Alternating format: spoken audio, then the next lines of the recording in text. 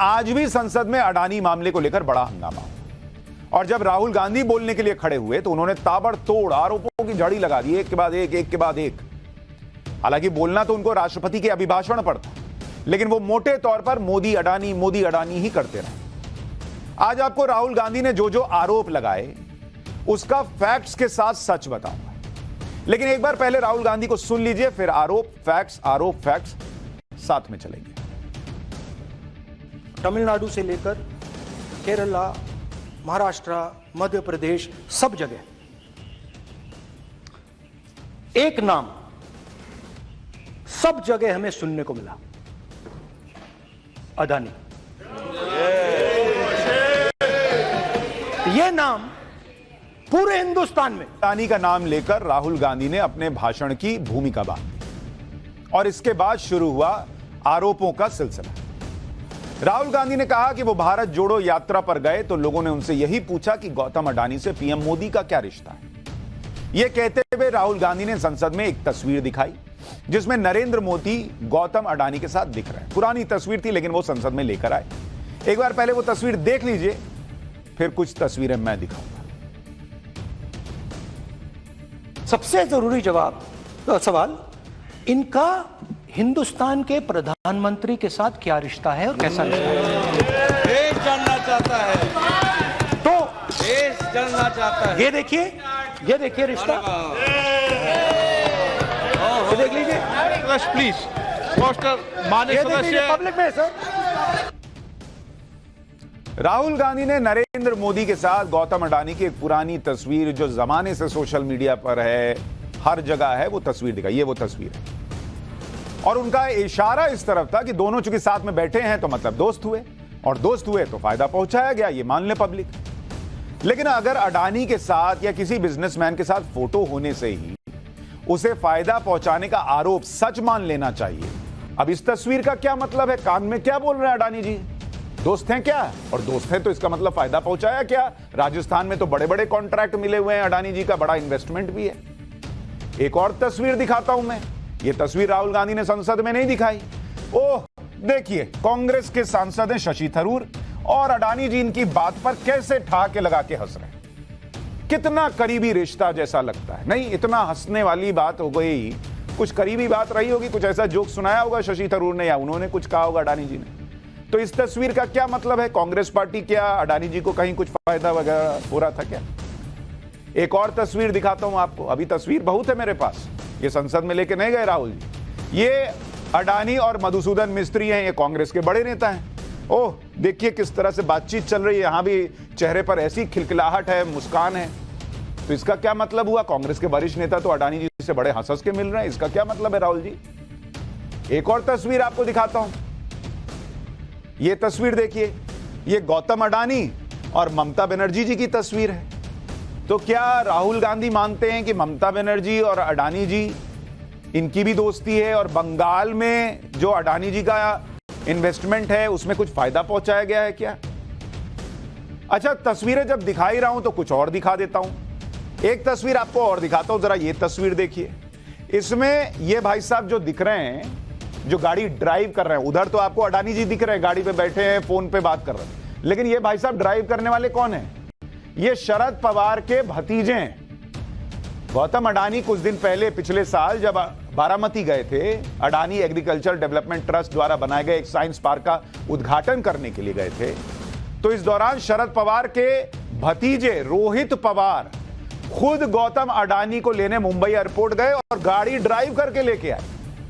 तो क्या शरद पवार भी गौतम अडानी के दोस्त हैं और उन्हें कुछ फायदा पहुंचाते हैं? कुछ सेटिंग वेटिंग है क्या राहुल जी? अच्छा, राहुल गांधी जी जब इतनी तस्वीरें आपने देख ली, चलिए ये तो छोड़िए, आपको कुछ और तस्वीरें दिखाता हूं। राहुल गांधी शायद भूल गए हैं, लेकिन उद्योगपतियों के साथ नेताओं की मुलाकात का सिलसिला कोई नया नहीं है, यह परंपरा पहले से चली आ रही है। आपको एक तस्वीर यह भी दिखाता हूं। ये तो उनकी दादी जी हैं, इंदिरा गांधी, दोनों साथ में डिनर कर रहे हैं।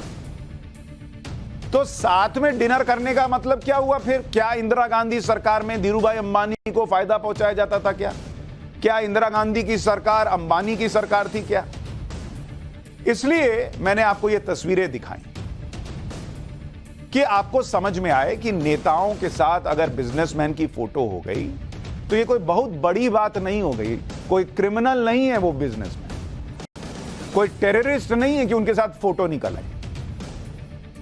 तो इसलिए एक फोटो दिखा देने से पब्लिक नहीं मान लेगी कि इसका मतलब सेटिंग गेटिंग थी। लेकिन ये फोटो दिखाना तो सिर्फ शुरुआत थी। इसके बाद राहुल गांधी ने और गंभीर आरोप लगाए।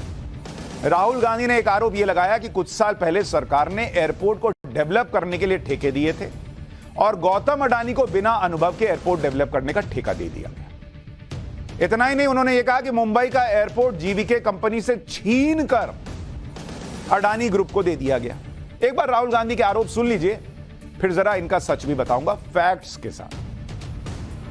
कुछ साल पहले सरकार ने हिंदुस्तान के एयरपोर्ट्स को डेवलप करने के लिए दिया।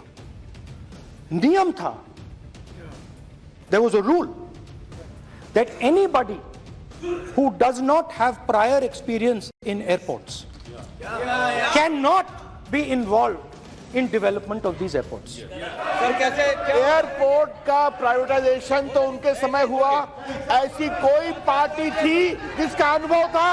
ये कौन सी बात कर रहे हैं? तो ये रूल बदला गया।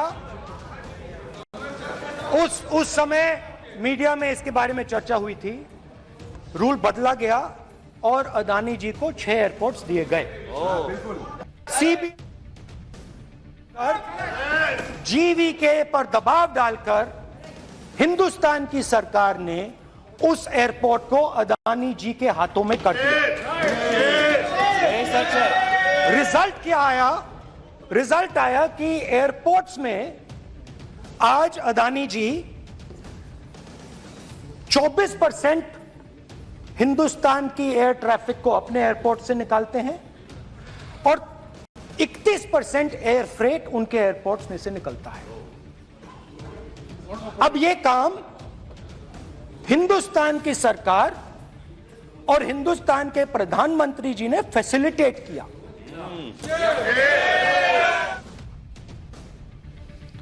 तो मोटे तौर पर राहुल गांधी एयरपोर्ट डेवलपमेंट के ठेके दिए जाने को लेकर 3 आरोप लगा रहे हैं। पहला आरोप यह है कि एयरपोर्ट को डेवलप करने के लिए जो नियम थे उन्हें मोदी सरकार ने बदला अडानी को फायदा पहुंचाने के लिए। दूसरा आरोप यह लगाया कि नियम बदलकर गौतम अडानी को 6 एयरपोर्ट दे दिए गए कि लो भैया रखो तुम 6 एयरपोर्ट। ऐसा उनका आरोप है राहुल गांधी का। और तीसरा आरोप मोटे तौर पर यह है कि एक जीवीके कंपनी थी जो मुंबई एयरपोर्ट का ठेका जिसके पास था, यूपीए के जमाने में मिला था, उसे छीन कर अडानी ग्रुप को दे दिया गया। ये 3 मोटे तौर पर आरोप। अब तीनों आरोपों के बारे में एक एक करके आपको फैक्ट्स बताता हूं। राहुल गांधी जिन 6 एयरपोर्ट की बात कर रहे हैं, हमने कल ही पाठशाला में आपको बताया था कि गौतम अडानी के ये 6 एयरपोर्ट नरेंद्र मोदी की दोस्ती की वजह से नहीं मिले, बल्कि हाईएस्ट बोली लगाने की वजह से मिले। और एक बार बहुत जल्दी से उसका रिवीजन करा देता हूं। 2019 में अडानी ग्रुप को 6 एयरपोर्ट के अपग्रेड का काम मिला था लीज पर, और इसके लिए अडानी ग्रुप और दूसरी कंपनियों की बोली में कितना अंतर था जरा उसको सुन लीजिए। जैसे जयपुर एयरपोर्ट, अडानी ग्रुप ने 174 रुपए की बोली लगाई कि सरकार को यह पैसा मिलेगा। जो सेकंड बिडर था उसकी बोली थी 155 रुपए, मतलब करीब करीब 19 रुपए का फर्क था। तो अगर कोई उठा के दे देगा तो इतना बड़ा फर्क रहेगा क्या? 155 का 160 भर देते अगर भरना ही होता। अहमदाबाद एयरपोर्ट में रेवेन्यू प्रति पैसेंजर अडानी ग्रुप ने कहा 177 रुपए देंगे, एनआईआईएफ और ज्यूरिक एयरपोर्ट ने कहा 146 रुपए। इतना बड़ा मार्जिन था अडानी ग्रुप ने जो बोली लगाई। लखनऊ एयरपोर्ट में अडानी ग्रुप की बोली 171 रुपए की थी। सेकंड नंबर पर एएमपी कैपिटल थी, उसकी बोली 139 रुपए की थी। गुवाहाटी एयरपोर्ट पर रेवेन्यू प्रति पैसेंजर के लिए अडानी ग्रुप ने 160 रुपए ऑफर किए, एनआईआईएफ ने 155 रुपए ऑफर किए। तो अगर आप बोली की रकम ही देख लीजिए तो क्लियर हो जाता है कि इतने बड़े मार्जिन से अडानी ग्रुप ने बोली लगाई कि उसको चला गया ये कॉन्ट्रैक्ट।